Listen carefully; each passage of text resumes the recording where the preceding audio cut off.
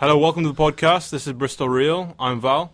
I'm Jerome. And I'm Tom, and today we spoke to Stephen Campbell, who's a Director and Chief Consultant at Capit House Digital Marketing Services. We spoke to Stephen about how you can use strategic hashtags and client profiles in order to maximize the number of likes on your summer profile pics.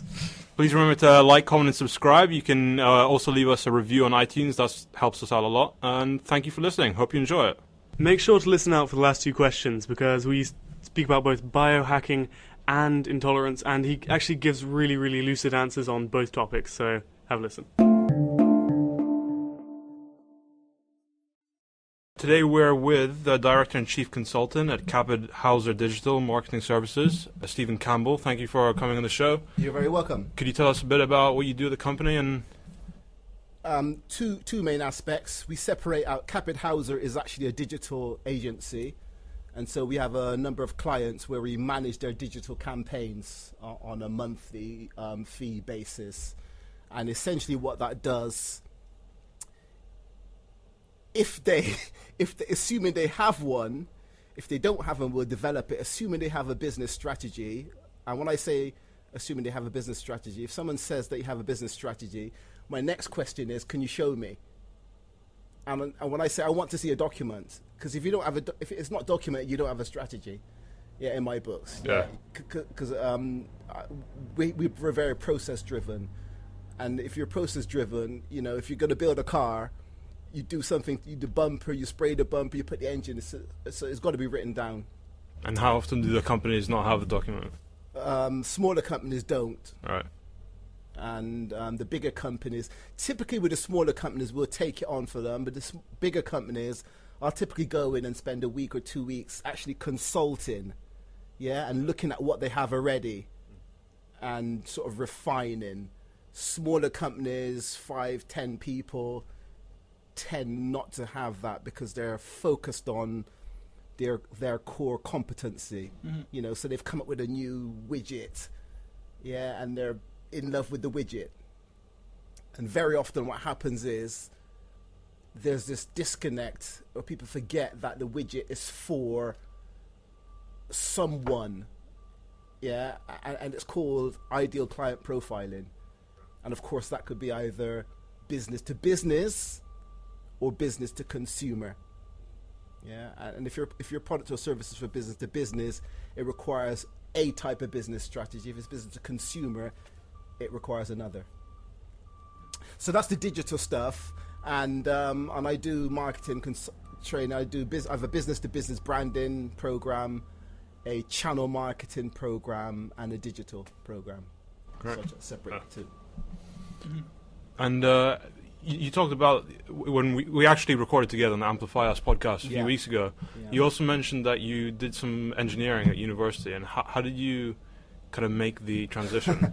I did electronic engineering first at Sheffield, and I did a master's in computer science, and I worked for Transport and Road Research Laboratory, and then HP. Transport and Road Research Laboratory, in case you don't know, there are machines which drive across the roads, the motorways, for example, and it will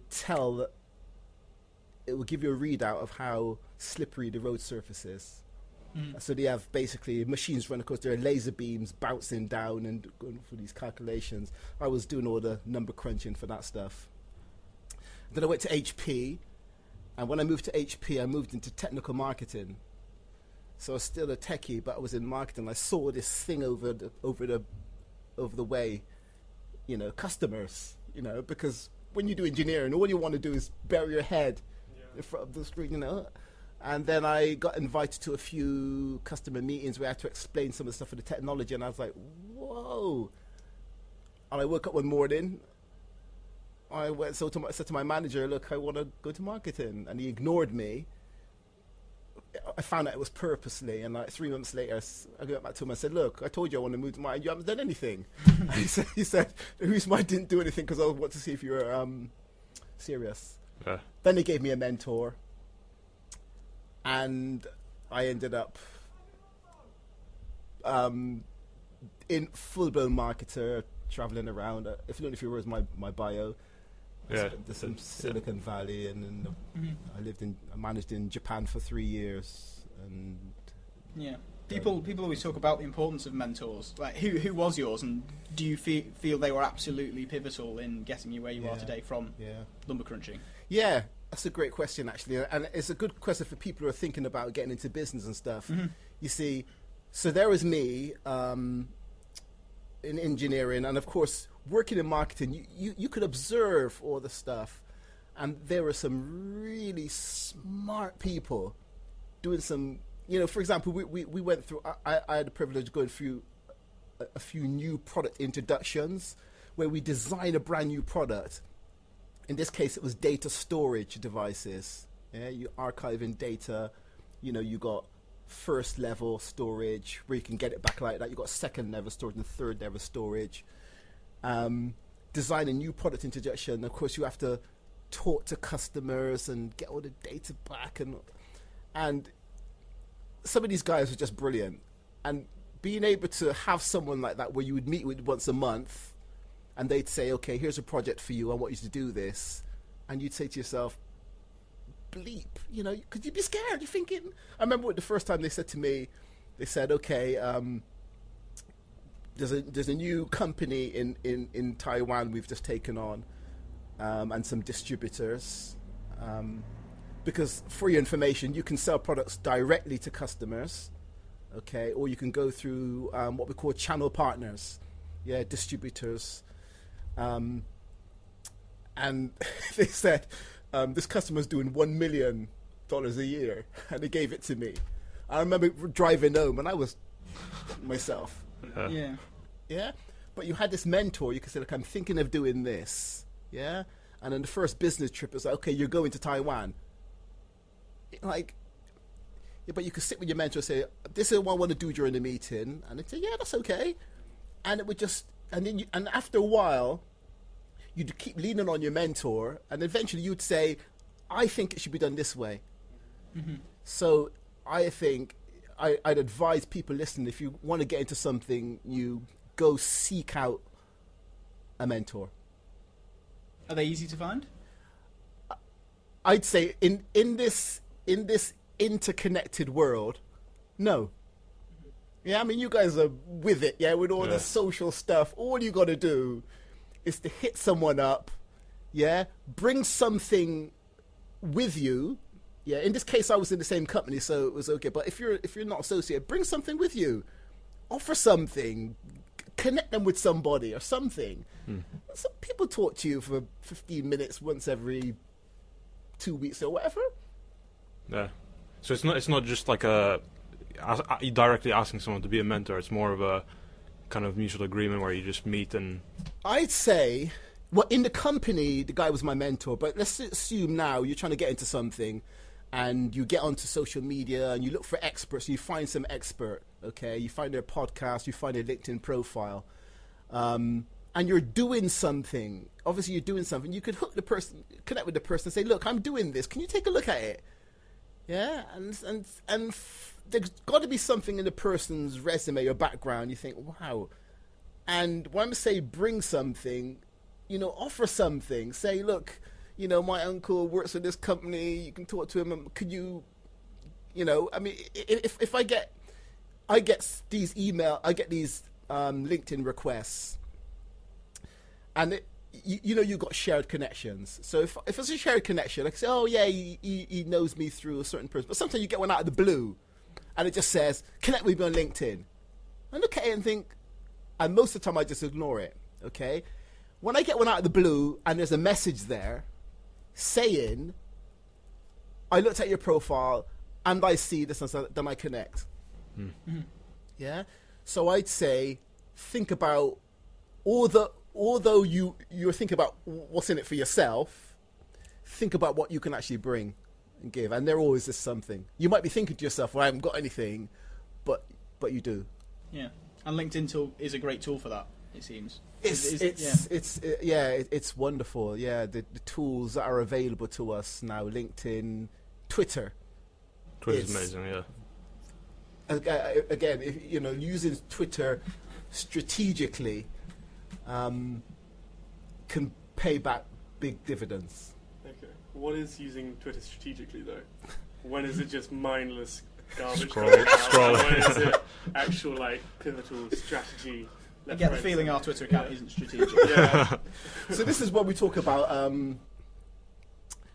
strategic digital marketing, you know, because there's so much content being produced every second. So how would you determine when I go into Twitter, typically when I tweet, I get 1 or 2 followers. Okay, so there are a couple ways. So we all know about hashtags. Yeah, we all know what they are. Yeah. So when you tweet, use hashtags. Okay, there's some data I was looking at the other day, and it said the tweets which get the most recognition have about 2 or 3. You see some tweets, and every line's a hashtag. There's like 12 hashtags in there. People zone out on that. Okay, so there's the hashtags. We'll come back to that in a minute. And of course, there's the attachments. And I've done the testing myself. You can attach videos or images, and almost in every. I mean, I tweeted today, and I got a new follower, and the image was attached to it. Okay, so and what I do, I have presentations, which given company, yeah. So typically, I'll get one slide from the presentation and do a screenshot of it, and I'll explain what's on the slide in the tweet with some strategic hashtags. So typically I'll use hashtag digital marketing or hashtag social media strategy. And for you listening, that's just because that's relevant to me. Okay, today I did about branding. Okay, so to use it strategically, what you could do, whatever your field of expertise is, you could use trends, Google Trends, okay, because Google Trends tell us what people are searching for in the universe. Yeah, so you can go to Google Trends, bang in your subject interest, find what's trending there, and then base your hashtags, what's happening in the universe, in Twitter. Yeah.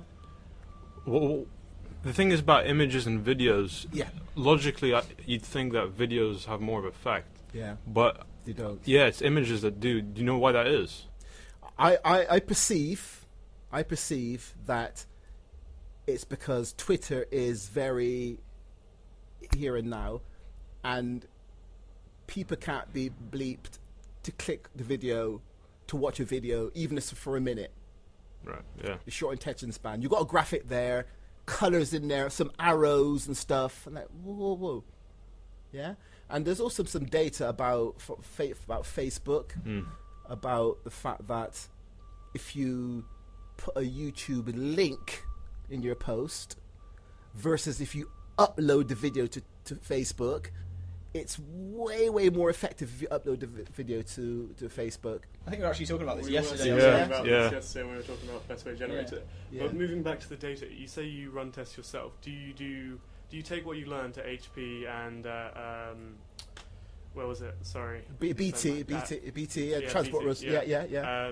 Do you take those data analytics skills that you learned there and then apply them to your current position now as an analyst and consultant? Yeah. As I said, marketing fundamentals are it's like, physics and all that stuff. I mean, I did physics. They're still teaching fundamentals of physics because they're fundamental. Yeah. I think gravity is still 9.81 meters per second.